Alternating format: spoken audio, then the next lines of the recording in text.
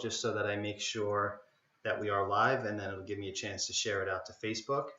But I actually posted that out today on social media, quick, without checking what is today. And I got a few funny answers, including my buddy Tom said it's MERS Day. So it feels like a blend, although I think you can kind of tell Monday and Friday because they certainly feel different, especially if you have kids. I feel like, the weekends, although there's still the same monotony that you have under the quarantine, good and bad. The added benefit is that you're not homeschooling 3 kids, and that's been the challenging part so far. So I'm just going to check online right now and see if we are in fact live, and I'll share it out to Facebook as I mentioned. I have a brief agenda. No PowerPoint today. I thought we would just keep it conversational. I'm actually going to start off with 2 truths and a lie. And I feel like if I put that out there, I can check on the news feed on Facebook, and we'll see if anyone guesses right, and see if anyone's watching or if anyone cares. So it looks like we are live, which is a good thing. I'm going to open up Facebook now and share it out. And let me open this up here. Oh, I see. What's up, Andrew? Hello, Daniel Asher, Gina Kinjemi. Let me share this out and share it out to a few groups. And then we'll get on with my agenda. Long Island Breakfast Club. Let's see, maybe 1 or 2 more. Graz's page. What's up, Graz? I'm going to share it out there. And let's see. I think that's good. So I'll shut the volume off here. So I'd love to keep this interactive since I don't have a PowerPoint today, or I'm also not interviewing anyone, but I do have an agenda. So as I started to mention before, I thought it would be fun to start off with 2 truths and a lie. And I feel like I could put that out there. I'm going to say 3 things. 2 of them are true. 1 is a lie, of course. And what we can do is I'll look in the newsfeed and see if anyone can guess it right. So let me start. And if you know the answer, so if my sister Christine logs on, or I think my parents are watching, if you know the answer, please don't give it away. Thank you. So here they are. The first one is I met Billy Joel and I made him laugh. The second is I had dinner with Kiefer Sutherland. And the third thing is I sat next to Bruce Springsteen on an airplane. So those are the 3 things. I'll repeat them again. I just saw Christine is watching. So if you know the right answer, Christine, please don't give it away for the excitement of the 6 or 7 people that are watching right now. I always feel like when Don Sill does this, and Don, I'm a big fan of yours, and I think you're a very funny guy. I feel like your quarantine life is about a half hour of self-deprecation of, I don't know if anyone's watching. I can't really tell if anyone's watching. And I don't know if you guys want to see me take my dog for a walk to take a shit. But everyone loves you, Don, and everyone likes that. So I feel like I'll keep this conversational and have a little fun with it. Again, I'll see Christine. Christine says happy TGIF, everyone. So again, today is Friday. I don't know how many of you would be able to tell that without looking. Andrew's also talking about homeschooling. Also makes you essential, which is good. And thanks for telling me you could hear me loud and clear, Andrew. I appreciate that. Yeah, you're right. It does make us essential. Thank God liquor stores are essential. I made a run to the beverage store the other day, and we've had 2 deliveries so far from our local liquor store, which is great. Hello, Mr. Bosi. How are you, Jeff? Okay, the 2 truths and a lie. I'm going to put it out there again, and I'm going to go through the rest of my agenda. And if you have a guess, please put it in the Facebook newsfeed. So they are, again, I met Billy Joel and I made him laugh. I had dinner with Kiefer Sutherland. And the third thing is that I sat next to Bruce Springsteen on an airplane. So there they are. So if you want and you want to play along, I thought it'd be fun to do. I recently hosted a Zoom happy hour for my office. So I work for an ad agency out of Connecticut, and I hosted a Zoom happy hour. So nothing formal, It was an opportunity to get everyone from the office together since we haven't seen each other in a while. Our office has been operating probably the same way many of yours have been operating with, remote. And we had a good time. And so I started off with this, and I muted everyone. I gave everyone an opportunity to give their two truths and a lie. Everyone voted by putting up a number 1, 2, or 3, and it was really fun. There was about 25 of us, I think, on the call, and it was a lot of fun. We had a lot of laughs because then after everyone voted, they got to tell the true story, and then in some cases that led to some good side stories from there. So I hope the Bruce one is a lie, or my jealousy would be through the roof, Danielle Asher says. Being kind to one another is very essential. That is very true, Andrew. And probably more important now than ever, right? So the rest of my agenda, I thought I'd wear this shirt. So the shirt says Italian, and it has the shamrock with the Italian flag inside. So I am Irish and Italian. And I thought I would use this opportunity to, yes, Andrew, I'm standing. I thought I would use this opportunity to talk about my recent DNA test. My sister got it for me for Christmas last year, and it was fun because I am fascinated by genealogy. I often used to use as an icebreaker on my team meetings when I was working for LinkedIn. I would always find an icebreaker question, and one of my favorites was, would you rather meet your great-great-grandparents or great-great-grandchildren? Of course, two totally different perspectives. One is, looking back and trying to understand what things were like. Most of us have families that immigrated here from different parts of Europe or other places. So I always feel like those stories are fascinating, and I'm very fortunate that my cousin Michael and his wife did a ton of research on our family. So there's a lot of really interesting things, and I'm fascinated. So my answer would be, I would rather meet my great-great-grandparents to understand really what it was like for them, coming to this country and things like that. The other thing is, meeting your great-great-grandchildren gives you a glimpse into the future. And, it's kind of like the Marty McFly question to Doc in the second Back to the Future, when he says there's a problem, we need to go into the future. And he says, what happens? Do our kids become assholes? So I think it's a good opportunity to figure out if your next of kin turn out well. And it's also a glimpse into see what the future's like too, I think. So it's a great question, I think, to put out there. It's a great icebreaker for business meetings sometimes. And you get some really interesting answers. So I know my answer. If you want to put your answer in too, I think that would be really cool. So the other thing I want to talk about again is my DNA, my heritage. So I actually grew up, my father's Italian, my mother's a mixture of Irish and German mostly. And I was expecting my results. I don't know if anyone else has gone through this, but I was expecting my results to say that I'm maybe 60% or so Italian, maybe 30%, something like that, Irish, and then again maybe a little German and a little other things mixed up. And it was flip-flop. I feel like I look Italian. I was born in Brooklyn. Both of my parents were born in Brooklyn. I'm third generation Italian and apparently Irish. So actually my results came back that I am more Irish than Italian. So not a big deal. I embrace my Irish heritage just as much as I embrace my Italian heritage. But it was really a big surprise because I easily thought that would have been flip-flopped. And I kind of felt like I was living a lie my whole life. My mom would always make corned beef and cabbage on St. Patrick's Day. I was very close to the Irish side of my family. But I also felt like, you grow up saying the Italian American words, like instead of prosciutto, you say prosciutto or gabagool, all the stuff you'd hear in a Sopranos episode. So I kind of feel like I grew up living a lie, feeling that I was more Italian than Irish. But I've heard a lot of people contest this in different ways and say, you're more of a product of your upbringing than anything else. So it's been an interesting conversation with a lot of different people that have had their DNA results come back saying things that are different than they initially thought or interesting. So it was very fun.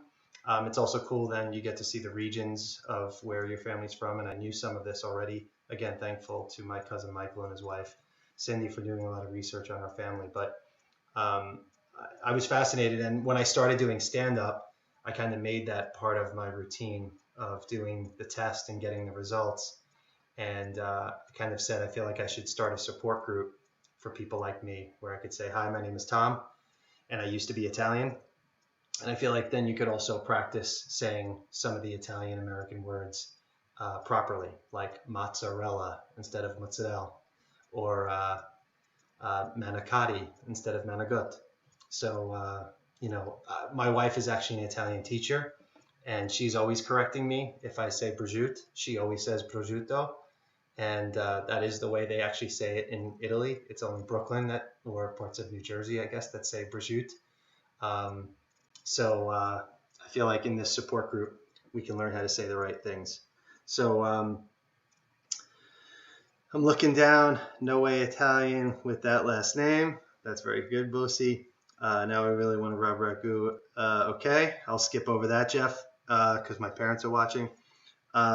If the nationality ends with an ish, does that mean you're half and half? I think so. That sounds right, Andrew. So the other thing I wanted to talk about was making the most of the situation. I know I mentioned this the first time when we were only maybe a few weeks into this, and I still feel like we're trying to make the most of it and enjoy it as much as possible. I'm very fortunate that I'm working from home, and so is my wife. Of course, it presents its challenges. There's the monotony of every day. For example, 2 days ago, I felt like I unloaded and loaded the dishwasher 17 times. Probably an exaggeration, but it was at least twice for both.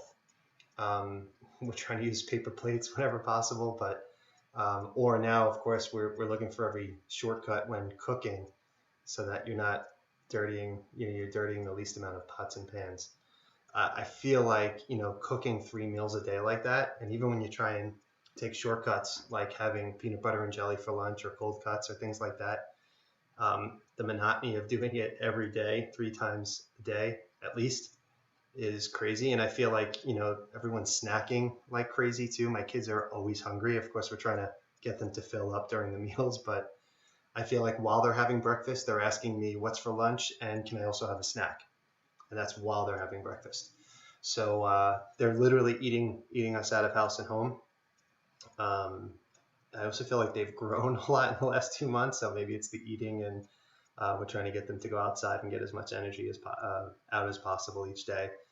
But again, we're just trying to make the most of it. Kind of, I guess if someone said, "Hey, if I could wave a magic wand and give you more family time," our kids are always going to remember this, of course, happening later in life too, our generation, or if you're close in age to me, early 40s, you'll always remember this period in time. I don't think we'd ever see this. Going to the store now and seeing everyone with a mask on is a surreal experience. I feel like I'm in a movie like Outbreak, where you can't really even see who the people are. I always feel like I've had this sense of hypervigilism or vigilance, where I'm just always aware of my surroundings and who's there. And I just feel like you can't even tell who's in the store with you. The local stores that you'd at least bump into one neighbor. You can't even tell who's there in some cases. So I'm just looking to Gina. My friend did her DNA test. Her siblings all in the late 50s. They found out that they all had different fathers. That's interesting. Very provocative. That's an interesting thing to learn. I've heard of other stories like that where you find out maybe you're adopted or things like that. And great advice, Andrew Plagianos. Eat over the sink. That's a great point. Maybe we should try doing that, like go back to the old bachelor days of trying to be as efficient as possible. That's a great idea. Maybe the 5 of us, I have 3 kids, we could all just crowd over the sink and eat dinner. I think that would be fun. The one thing that really bothered me is I don't want to get political here, and I definitely try and stay away from any political conversations online. And I mean that. I know a lot of people say that, but I mean it. I haven't been, as a New Yorker, I haven't been a fan of Governor Cuomo, and all I've been saying to, especially my parents, since this started, as we're talking about things is, boy, you can't fault him for being open, empathetic, talking through the facts every day. I do feel like he's been speaking more and more like Al Pacino. Look, we can't go out. I'm not good at impressions, but that was my quick Pacino. Just his the way he speaks now, it's like so dramatic. And I feel like he's been pretty good up until this point, and then all he had to do was say that he's ready to entirely try and revamp the education system with the help of Bill Gates. And then now all of a sudden there was memes all over the place saying, and just like that, Cuomo went back to being an asshole. All he had to do was keep his mouth shut and keep saying what he was saying and not put his foot in his mouth like he did with that. And that sparked a ton of controversy online with, like I said, my wife is a teacher. We have 3 young kids. Each day is very, very trying with teaching our 3 kids and my wife responding to her 100 plus students. And to think that, he actually went on to say that, the way that we know teaching right now with schools and teachers, and he said is probably going to be a thing of the past. And I'm not one to stop progress. I do think my comment was online to this, and again, not looking to get political, just looking as an observation as a parent and as someone who's married to a teacher, is that I think snow days will look much different, and maybe they should, so that you don't have to play that delicate balance of having a snowy winter and losing days when you might be looking to go away with your family. So if some work can get done on snow days in the future, I think that makes sense. If you can start to incorporate more technology into the classroom, I totally think that makes sense. That was happening before all this with my daughter, for example, who's in 4th grade. Her book reports now are done on Google Slides, which is, the same as PowerPoint. And then she emails that to her teacher or shares that document with her teacher. That's perfect. I think that's awesome because a lot of people are using those types of tools in real life. So, it gets the kids comfortable with technology. It streamlines certain things, probably saves paper, but I think that type of progress should most certainly be happening.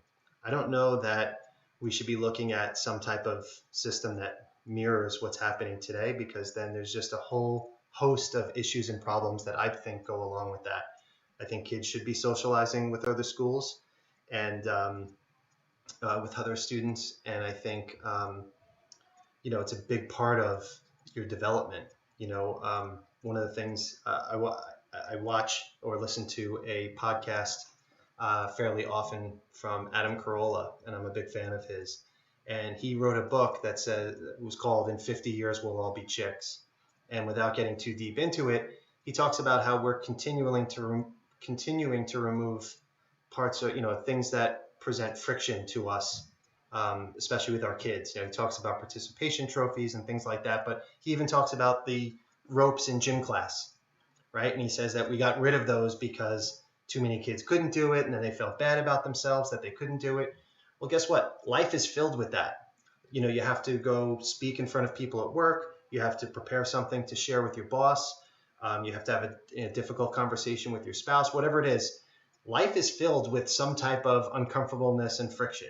And the more you remove it, earlier on in the process, the harder it is in life for you to cope and get through certain things like that. So that's just one example. But again, just think of what your school life did for you outside of just the time that you were sitting in your classroom and learning from your teacher. There's the socialization, I can't speak today, with your fellow classmates, with other teachers.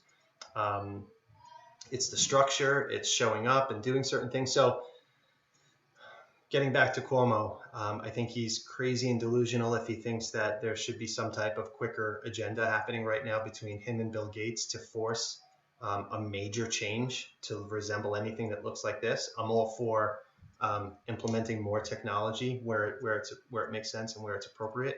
But again, as a father and as someone who's married to a teacher, I think it's absurd to think that this type of system is sustainable.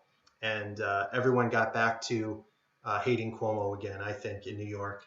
I think the people upstate think differently of him. I think everyone, all of us downstate, tend to have a negative feeling towards him because we kind of feel like the redheaded stepchildren or the piggy bank that he continues to go back to. I think we're all sick of being nickeled and dimed with our taxes, downstate. And I think a lot of people have left New York, unfortunately, as a result of some politicians like Cuomo. And again, so we were doing fine, and I was actually kind of neutral or happy about some of the things that Cuomo was saying when he was addressing everyone on a pretty much daily basis. I can't fault him for that because that's still good, but all he had to do was stay the course, just keep doing that, and it only took a matter of time before his true colors came out and his agenda as an emperor to rule New York that came out kind of quickly. See Don Sill watching. Don, I was singing your praises before.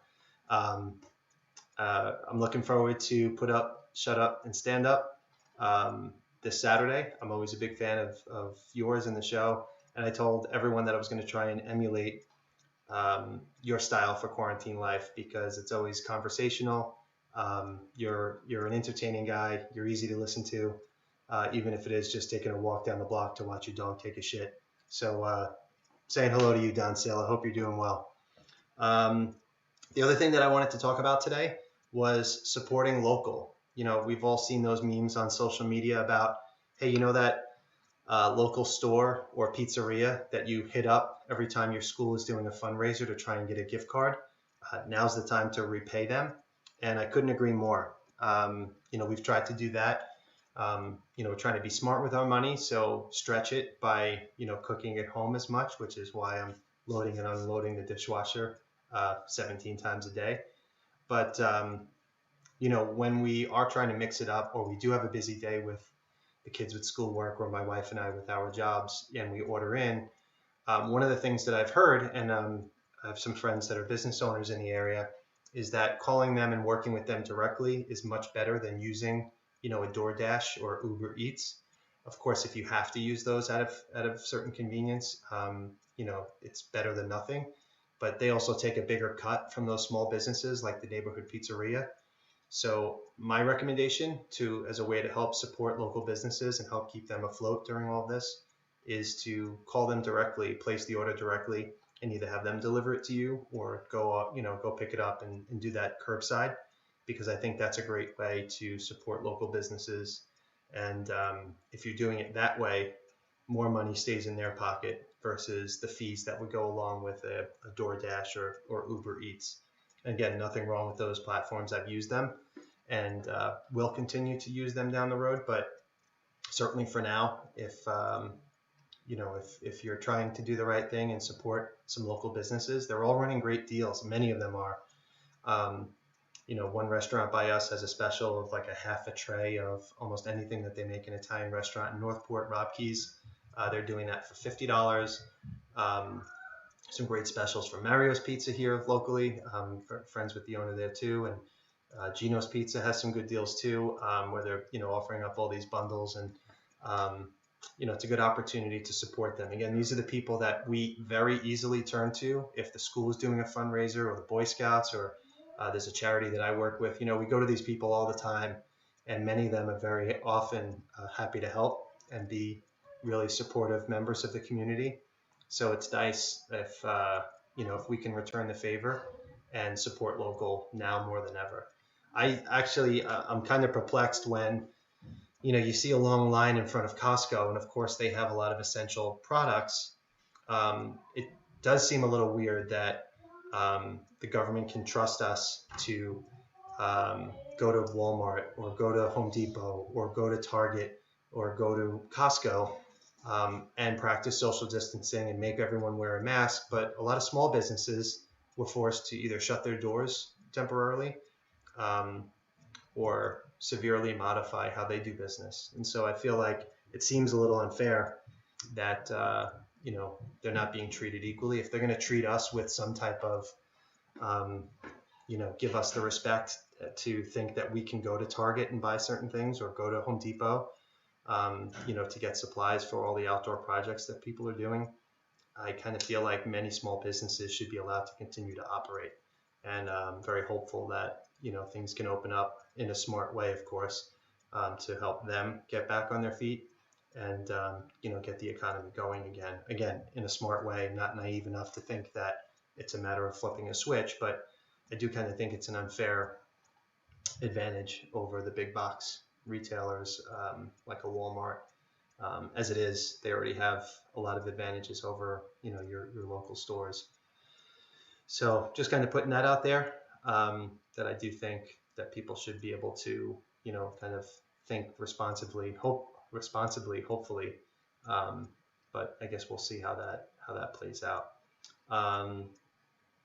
Other than that, I mentioned I work for an ad agency. So one of the things that we're seeing right now is, we had certain clients pull back on what they're doing from an advertising standpoint right now, but we've had other clients, actually just signed 2 new clients this past week. If you have products and services that are considered essential, there's actually never been a better time to increase your advertising, particularly on TV. And I just wanted to touch on that for a minute because it's an interesting observation right now. A lot of the trades are talking about this, and I actually wrote a LinkedIn post about it, where TV viewership is obviously way up because everyone's home and many people are watching TV. But a lot of the big marketers, of course, travel marketers have pulled back.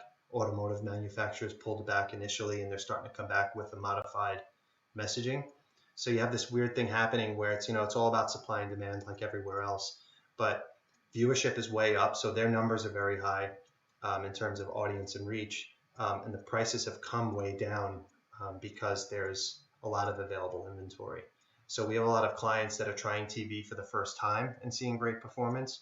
We have a lot of clients that have tried TV in the past and didn't perform really well for them. Maybe they couldn't get it as efficiently, and that's something that we're doing for them now too. So there's an interesting dynamic happening in the advertising and marketing world of large audiences because everyone's home watching TV. Of course, audiences are fragmented, and of course people are watching Netflix and Disney Plus and HBO Go, and audiences are very fragmented now, and that's been happening over the last few years, and it will continue to happen. But it's also important to realize that even though they're fragmented, the individual areas where you would go and find them are expanding and getting larger. So just my observation working for a full service marketing and advertising agency that sells TV and all types of digital products and services. Hey, what's up, Rich Rada? How are you, man?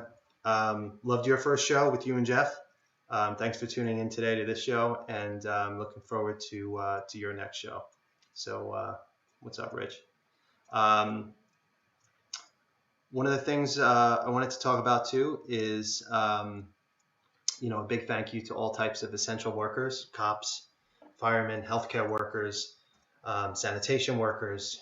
This is an interesting time where you truly realize what essential services and what essential workers really look like and what that means. I think it's a time that we really need to show them, and you see it all the time on social media and on the news. And if you listen to the radio, it seems like they're getting a lot of respect that they deserve. I actually used to be a cop, so I thought about saving that for a future date to expand into, but I actually started my career as a New York City police officer 22 years ago this July. So it was something I always wanted to do as a kid. I had an next door neighbor who was a Nassau County cop, actually pretty high up in the ranks, and he was always like an uncle to me, and I looked up to him, as a pillar of the community. And I just a combination of a lot of different things made me want to do that more than anything in life. As I was growing up, I got a degree in criminal justice, and ultimately got a degree in marketing and communications, and started to move towards that direction. So it was actually a tough decision for me when I was graduating from SUNY Old Westbury with a degree in media and communications and a minor in marketing, that my number came up for the NYPD, and I decided to take that opportunity, because if not, I'd have to start all over again if I changed my mind, with taking the test over again. It's a civil service test. And I left when I was in field training in the 7-7 precinct in Crown Heights, Brooklyn. And it was a really interesting learning opportunity, to say the least.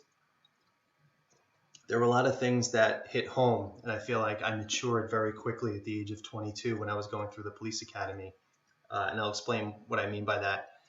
Um, a lot of people were there who were a few years older than me, and they'd already been out in the workforce. This was really my first job out of college, although I worked a lot in high school and college.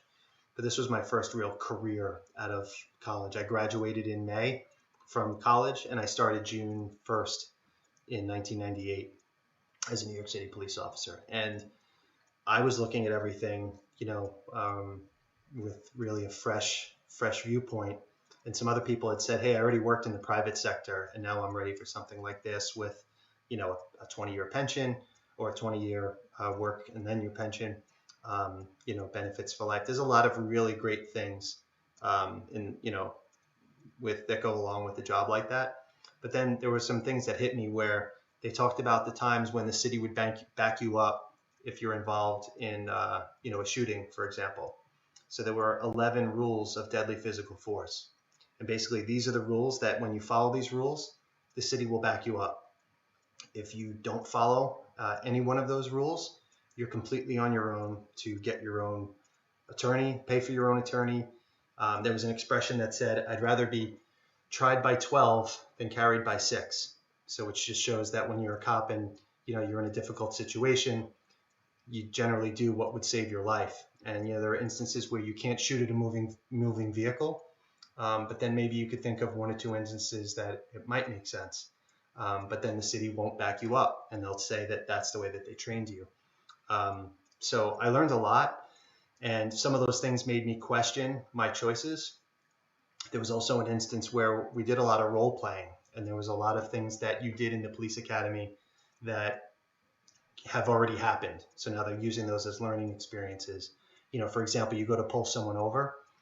You think you're pulling them over because they just ran a red light. That's what you witnessed. Maybe they just robbed a liquor store around the corner, but you don't know that yet. So you're pulling them over for a red light. Maybe they're, a career criminal. And I walked up to the vehicle and someone was in the trunk, holding the trunk down with their hand and had a fake gun in their hand. And as I approached the vehicle, of course, I didn't just come out with my gun drawn because to me, they just ran a red light. They opened up the trunk, they shot me, and I was dead. And they're trying to keep this as all learning experiences. And so they stopped the role play, and I mentioned before that I was to them that I was from Hicksville. That's where I grew up. And they said, well, right now there's a bright, shiny Ford Crown Victoria pulling up into your driveway in Hicksville, and they're knocking on your door, and they're going to tell your mom and dad that there was an accident today, and you're not coming home. So I was 22 years old, but I just saw the look on my parents' face when they said that. That wasn't the only reason why I left, but it was those types of things that made me think differently about the job as I was falling in love with marketing and advertising. And, of course, anything could happen, and I'm friends with a lot of people that I went through the academy with, and I've stayed close with them, and many of them have already started to retire, and I'm so happy for them and very proud of them. And I don't second guess my decision at all. I like the career path that I followed. I feel very fortunate that I've been able to provide for my family that way. But that scenario that they painted, and they did it for a reason, it stuck with me. That was 22 years ago. But I'll never forget that. And that actually has happened. Again, that's why they do it in the police academy. So, new recruits can learn from it. But it was a scary situation, and it was a scary thing to think about. And I'll never forget it. And so, yeah, that was pretty much it for me for today with my agenda. I'll give the answer to my 2 truths and a lie. So I did meet Billy Joel, and I did make him laugh. I did have dinner with Kiefer Sutherland. I've never met Billy Joel. I've never met Bruce Springsteen or sat next to him on a plane. So I'll tell you very quickly, I met Billy Joel at his motorcycle shop. He was doing an event on a Tuesday night when they had a car show. And he was in his shop. He was having a meet there for Moto Guzzi, an Italian motorcycle brand. And I said hello to him. And I said that I was an alumnus of Hicksville High School, which is where he's from. And I told him I graduated in 94. And he said, well, he says, I was class of 66. And he goes, well, not quite. I didn't actually graduate. And I said, wow, imagine how successful you would have been if you graduated high school. And he laughed. And I thought that was pretty cool. I'll never forget that. I did have dinner with Kiefer Sutherland, a good friend of mine that I worked with at Microsoft. Dave Vanderchuk is like best friends with Kiefer Sutherland. They played ice hockey together. They're from the same area of Canada. And after work one day when we were working together at Microsoft, he said to me and another friend, hey, I'm going to meet a buddy of mine for dinner if you want to come with us, which I didn't think much of. It was actually raining sideways, and I was commuting in but with the Long Island Railroad. So there were already delays, and I figured there would be continued delays. So I said, sure, why not? Let's make a better use of the delay of hanging out in the city instead of sitting on the train somewhere in Jamaica. And ended up having dinner with Kiefer Sutherland and actually Ted from Bill and Ted's Excellent Adventure. Alex Winter was his name. And they were in Lost Boys together, Kiefer and Alex Winter, Ted from Bill and Ted's Excellent Adventure. And it was a really cool experience. This was actually at the height of 24, when Kiefer was in 24. And I was sitting at the table with my buddy Dave, Alex Winter, sitting across the table from Dave Vanderchuk and Kiefer. And I was asking him questions, and we were talking about the show, and I was a huge fan of the show. And I thought, like, this was amazing. I actually called my wife, Giovanna, and I said, I'm having dinner with Kiefer Sutherland right now. Not sure when I'm coming home. I may never come home again. I'm not sure if we're going to get on a private jet and go to Vegas or fly somewhere to, go do something cool tonight. But it was an awesome experience. We didn't end up doing that. I was home by maybe 1 a.m., but it was an amazing night that I'll never forget. So I didn't sit next to Bruce Springsteen on a plane. I don't know if he travels commercial or private, probably private. But I did sit next to, I see Christine asking me who I did really sit next to, Clark Gillies from the New York Islanders. Christine and I and my sister sat next to him coming back from Florida when we took a trip down for a quick vacation and visit some family that we have down there. And it was a really cool, as a huge Islander fan, it was an amazing experience. And of course, Christine's looking at his huge Stanley Cup ring on his finger. And she's like, what's that? Is that a Stanley Cup ring? And he took it off, and Christine and I got to wear it. I think Christine could put 2 fingers through it. Clark Gillies is a very big guy, and his hands were ginormous, and so was the ring too.